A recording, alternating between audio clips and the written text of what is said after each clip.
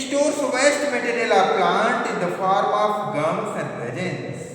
Parenchyma also stores gums and resins, which are excretory product of the plants. So this is my explanation about parenchyma and function. Now I am going to describe collenchyma. About collenchyma, it is usually found where collenchyma are found. Collenchyma are usually found beneath the epidermis in stem, petiole, and the leaves of dicot plant. Collenchyma usually found beneath the epidermis.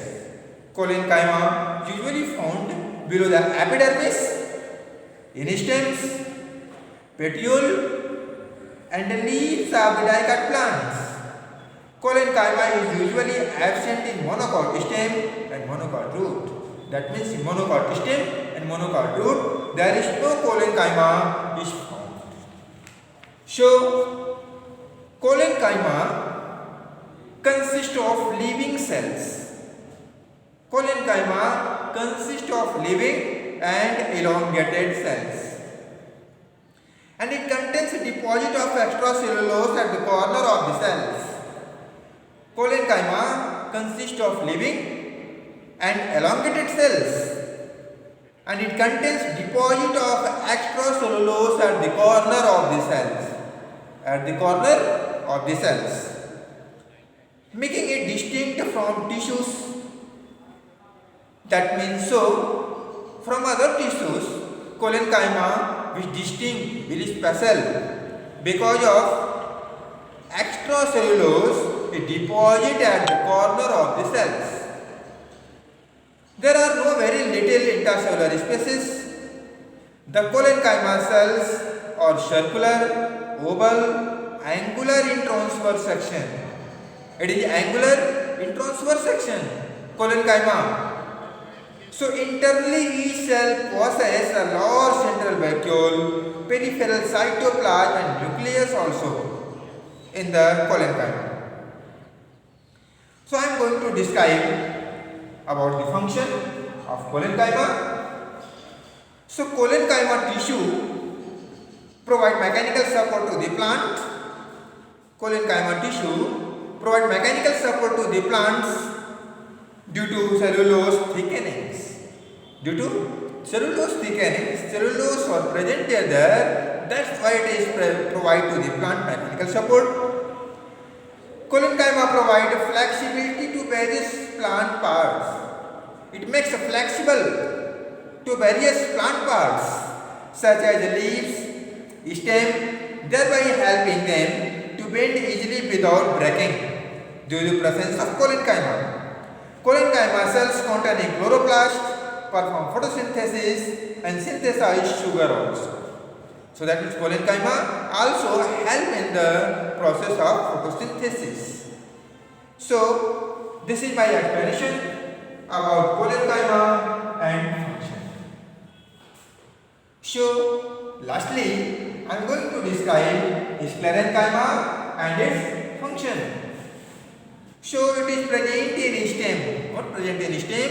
Sclerenchyma is present in stem, veins of the leaves and hard covering of seed and nuts, and also in the husk of coconut. Question is arise from your exam, from your test, from your board exam, from your final exam, home exams also. Which tissue forms husk of coconut? Once again try to my question. Which tissue forms husk of coconut? Then answer will be sclerenchyma. So it is present in stem, veins of leaves, hard covering of seed, nut, and also the husk of coconut. The fiber-yielding plants like jute and flax also contain this tissue in abundance. So it is composed of long, narrow dead cells. Sclerenchyma consists of long, narrow dead cells. The cell wall sclerenchyma cells are thickened due to deposition of lignin between them. The cell wall of sclerenchyma cells.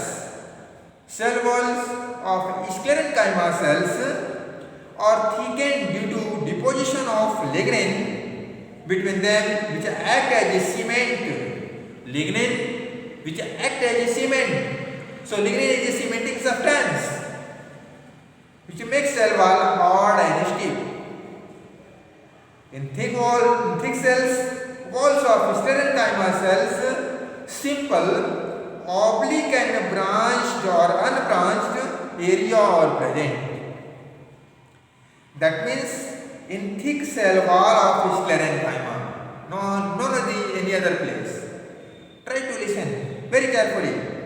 In thick cell wall of sclerenchyma cells, where I am telling you, in thick cell wall of sclerenchyma cells, simple, oblique and branch or unbranched area are present, which are called pit or pit canal.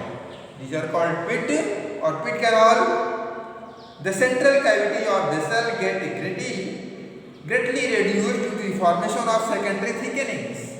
There are secondary thickenings also. So due to presence of secondary thickenings, their cell gets reduced due to formation of secondary thickenings.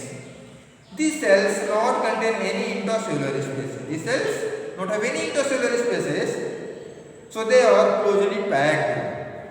Sclerenchyma cells are of two types. These sclerenchyma cells are of two types. One is sclerids.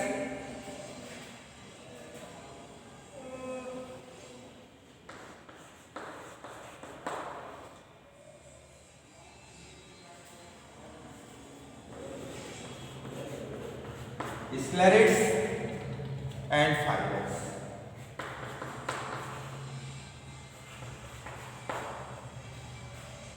So sclerenchyma cells are of two types, sclerids and fibers. Sclerids are short thick walled cells.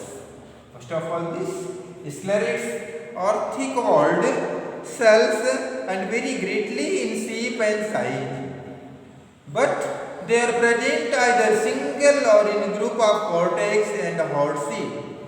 Where they are present, sclerids are present either single or in group of cortex and in hard seeds. These are also known as stone cells or grit cells. That means sclerids are also known as stone cells or grit cells. Fibers are long, narrow. These fibers are long, narrow at both ends of clustered into strands. They may exist in seed or bundles. They are found in the form of seed or in the form of bundles. So I am going to describe after that function of sclerenchyma. So sclerenchyma tissue provide mechanical strength and flexibility to the plants. And sclerenchyma cells, when present in secondary xylem, facilitate conduction. It is also help in conduction when it is present in the secondary xylem. So this is my explanation about permanent tissue, permanent parenchyma function, collenchyma and their function, sclerenchyma and their function and their types also. I think that all of you understood very well what I have explained in front of you. If not understood, contact my WhatsApp number